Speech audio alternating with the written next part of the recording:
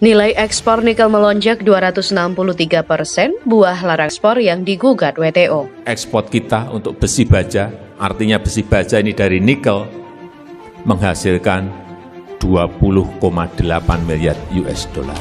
300 triliun. Dari 15 triliun melompat menjadi 300 triliun. Padahal kita tidak hanya memiliki nikel, semuanya ada. Jangan itu dikirim dalam bentuk raw material lagi, dalam bentuk bahan mentah lagi. Stop. Kita disemprot oleh negara-negara lain. Gak apa-apa kalau hanya disemprot. We have a unique opportunity to build back our societies in a way that respects our planet. We want in Europe to be a global leader in climate action. We have big goals and we have made robust commitments. Masa kita bolehkan ekspor keluar? Logikanya di mana gitu?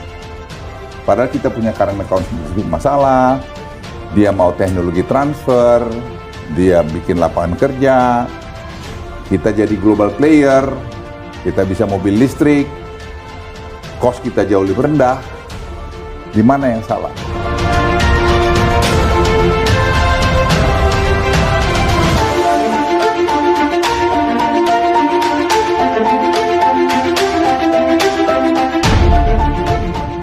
Sebelum diterapkan pelarangan ekspor biji nikel, nilai ekspor nikel Indonesia hanyalah 3,40 miliar US dollar. Kini nilainya melonjak mencapai 12,35 miliar US dollar. Kebijakan pemerintah untuk melarang ekspor biji nikel mulai awal tahun 2020 membuahkan hasil yang positif. Nilai ekspor komoditas turunan nikel meningkat signifikan sejak pemerintah memberlakukan kebijakan itu. Hal ini terlihat dari nilai ekspor komoditas turunan nikel pada Januari sampai Agustus 2022 kemarin yang mencapai 12,35 miliar US dollar atau tumbuh hingga 263% jika dibandingkan tahun 2019. Sebelum pemberlakuan larangan ekspor biji nikel yang hanya mencapai 3,40 miliar US dollar. 6 tahun yang lalu ekspor kita dari nikel kira-kira hanyalah 1,1 miliar US dollar. Sedangkan pada 2021 sudah mencapai 20,9 miliar US dollar. Artinya nilai tambah lompatannya hingga 19 kali, kata Menteri Perindustrian Agus Gumiwang Kartasasmita lewat keterangannya di Jakarta. Oleh karena itu, pemerintah terus memacu tumbuhnya industri smelter yang terbukti memberikan multiplier effect atau efek pengganda yang luas bagi perekonomian nasional. Badan Pusat Statistik atau BPS mencatat industri pengolahan menjadi kontributor terbesar jika dilihat menurut sektornya dengan nilai ekspor mencapai 19,79 miliar US dollar pada Agustus 2022.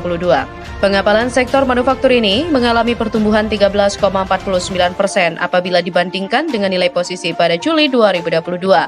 Kenaikan ekspor ini didorong oleh komoditas minyak kelapa sawit, besi baja, peralatan listrik, kendaraan dan bagiannya, serta turunan nikel. Di mana sampai saat ini, Kementerian Perindustrian fokus memacu hilirisasi industri berbasis agro, bahan tambang mineral, serta migas dan batu bara. Menurutnya, banyak manfaat yang telah didapatkan Indonesia dari implementasi kebijakan hilirisasi, antara lain menghasilkan nilai tambah, memperkuat struktur industri, menyediakan lapangan pekerjaan, dan memberikan peluang usaha.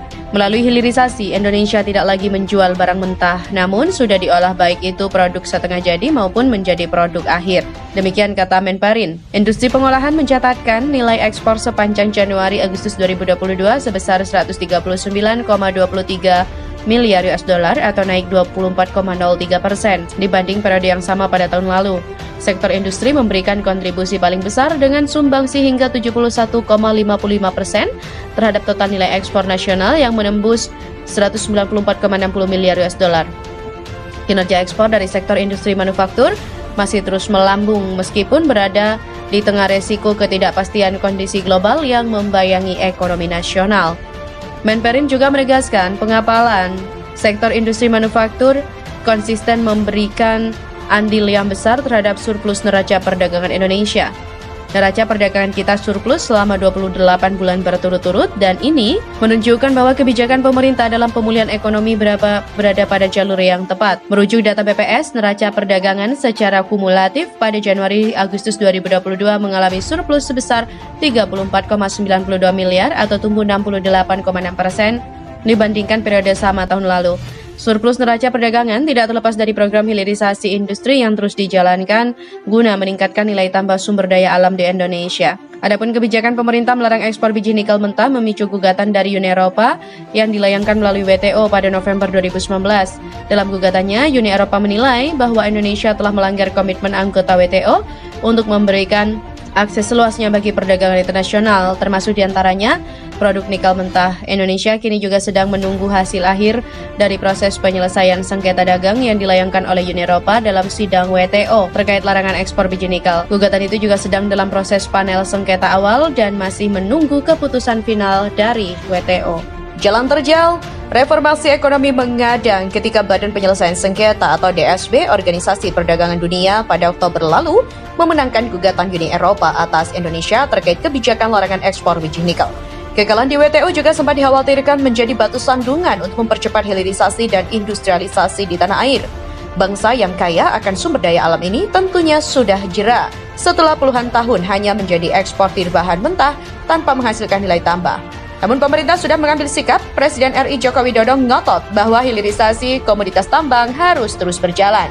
Presiden memahami larangan ekspor bahan mentah tambang dari Indonesia akan merugikan banyak negara lain yang terlena dengan kebijakan longgar atas sumber daya alam Indonesia. Dalam hal nikel, Uni Eropa merasa tidak nyaman dengan larangan ekspor mineral logam itu karena dapat mengganggu pertumbuhan industri baja anti karat atau stainless steel di negara-negara anggota blok itu. Nikel kerap disebut sebagai the mother of industry karena pengolahan jenis logam ini menghasilkan produk turunan ke banyak sektor yang dibutuhkan manusia seperti sendok, baterai, telepon genggam, hingga kendaraan. Nikel juga diprediksi akan menjadi primadona seiring dengan meningkatnya kebutuhan bahan baku mineral logam itu untuk produksi baterai dan kendaraan listrik yang digadang-gadang sebagai salah satu industri masa depan. Indonesia juga menguasai lebih dari 20% total ekspor nikel di dunia. Indonesia juga menjadi eksportir nikel terbesar kedua untuk industri baja negara-negara Uni Eropa. Menurut Badan Geologi Kementerian ISDM, cadangan biji nikel yang terkira ada sebanyak 3,74 miliar wet metric ton dan yang terbukti sebanyak 1,49 miliar WMT sehingga total cadangan biji nikel yang ada di Indonesia sebanyak 5,24 miliar WMT. Namun sebagai negara yang berdaulat dan berpegangan pada Konstitusi UUD 45, Indonesia mutlak melakukan hilirisasi karena sumber daya alam harus digunakan untuk sebesar-besarnya kemakmuran rakyat. Tanpa hilirisasi, rakyat hanya menikmati segelintir manfaat dari kekayaan alam. Pemerintah memahami hilirisasi sepatutnya sudah dilakukan sejak lama. Hilirisasi memiliki tujuan baik, yakni untuk memberikan nilai tambah ekonomi atas kekayaan alam, menciptakan banyak lapangan kerja dan meningkatkan pendapatan negara. Maka itu, alih-alih gentar, Presiden semakin bersemangat melanjutkan hilirisasi. Proses pengolahan bahan mentah tambang juga akan dilakukan ke komoditas lain seperti bauksit, tembaga, timah, dan emas. Baru 2 bulan lalu kita kalah, tapi keberanian kita hilirisasi barang-barang mentah itu yang terus kita lanjutkan meski kita kalah di WTO, kata Presiden Jokowi. Tidak hanya nikel, Indonesia terus menunjukkan keseriusan dalam mendorong komoditas tambang lainnya.